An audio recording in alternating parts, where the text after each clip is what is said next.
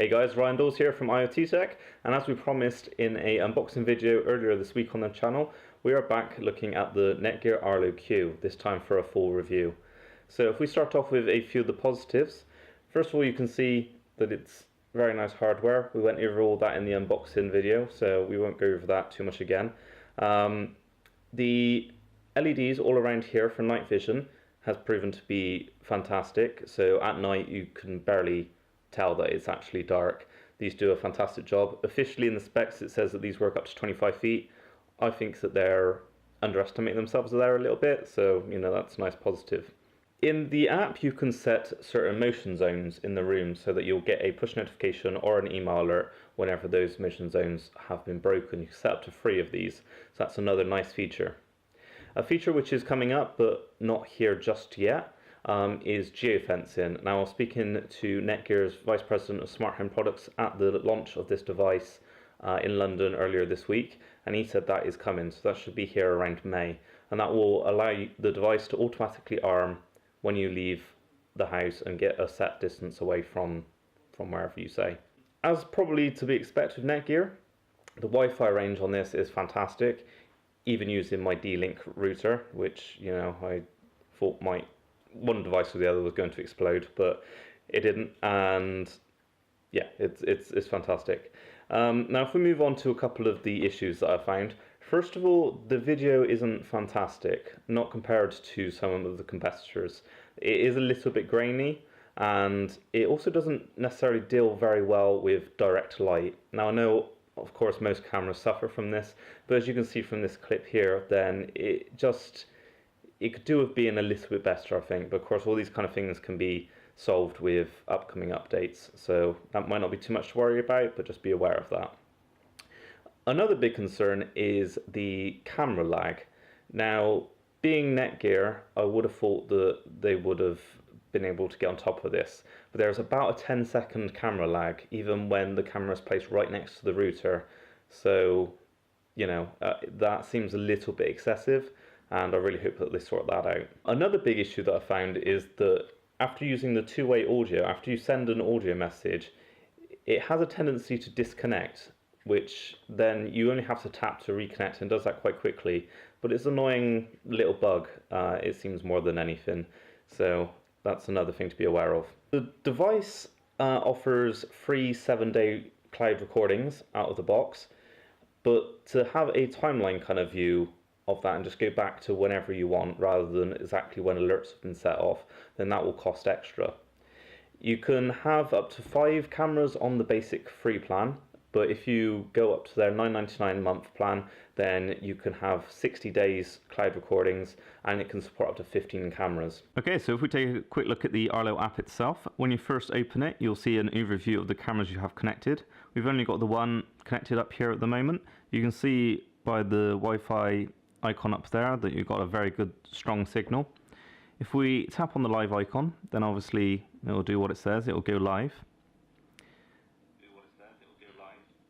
And straight away you can start hearing the audio being picked up off the camera. So if we just mute that for a second, if you tap this microphone, then you can send audio straight to the camera, so you have two-way audio there. That's very useful. I've pointed the camera towards me here so that I can show you the slight lag that this camera has. So I'm going to put up my thumb in 3, 2, 1 now. So that's 1, 2, 3. So at the moment it's about a 3-4 second delay, which isn't terrible, you can deal with that. Sometimes this camera does go up to around a 10-second delay though, and of course this is right next to the router as well. So just bear in mind that if you really want almost fully real-time video, then this might not be the best solution. If we carry on moving across here, then you can see in here you can adjust the brightness, which is useful because, again, sometimes this camera doesn't deal with different lighting scenarios too well. You can take a screenshot by just tapping that one, and you can record some video with that one. If we press up here, you can see all the times that motion was detected based on your current parameters. If you go to mode, then you can set this for yourself. So you can just arm it by pressing that, which is whenever motion or sound is detected, then it will record a clip of that moment. You can of course disarm it, and as mentioned earlier, this will also be based on a geofencing in a feature coming around May. If we add a mode, then we can add in a custom one. So if let's just make test for the time being, you can select the cameras that you want to use for that rule, and you can see you can select whether you want just motion to detect or just audio or a combination of both.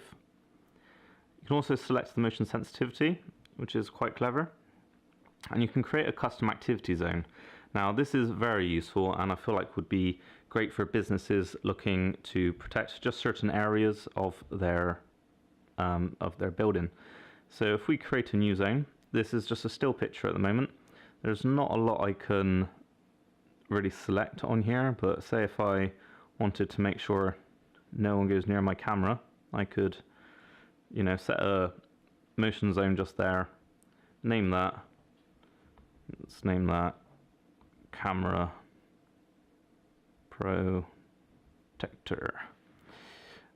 and then we can just save that, and if any motion was detected there, then it will trigger off everything that we've said. So to quickly wrap up, the NETGEAR Arlo Q is a very capable security camera. It has a few issues which could do with being ironed out, but on the whole it does the job.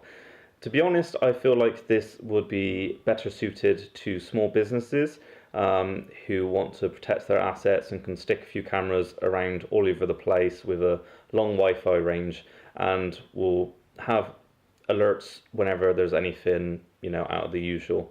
For the home, I feel that like there's better solutions. The NetAtmo Welcome comes to mind first. I feel like that's just a little bit more personal, and the facial recognition and that kind of thing is more suited to the home. Whereas this is better if there's certain places you don't want people to go, so you can set motion zones and that kind of thing, which is again really useful for a business, not so much for a home, although of course it is still useful.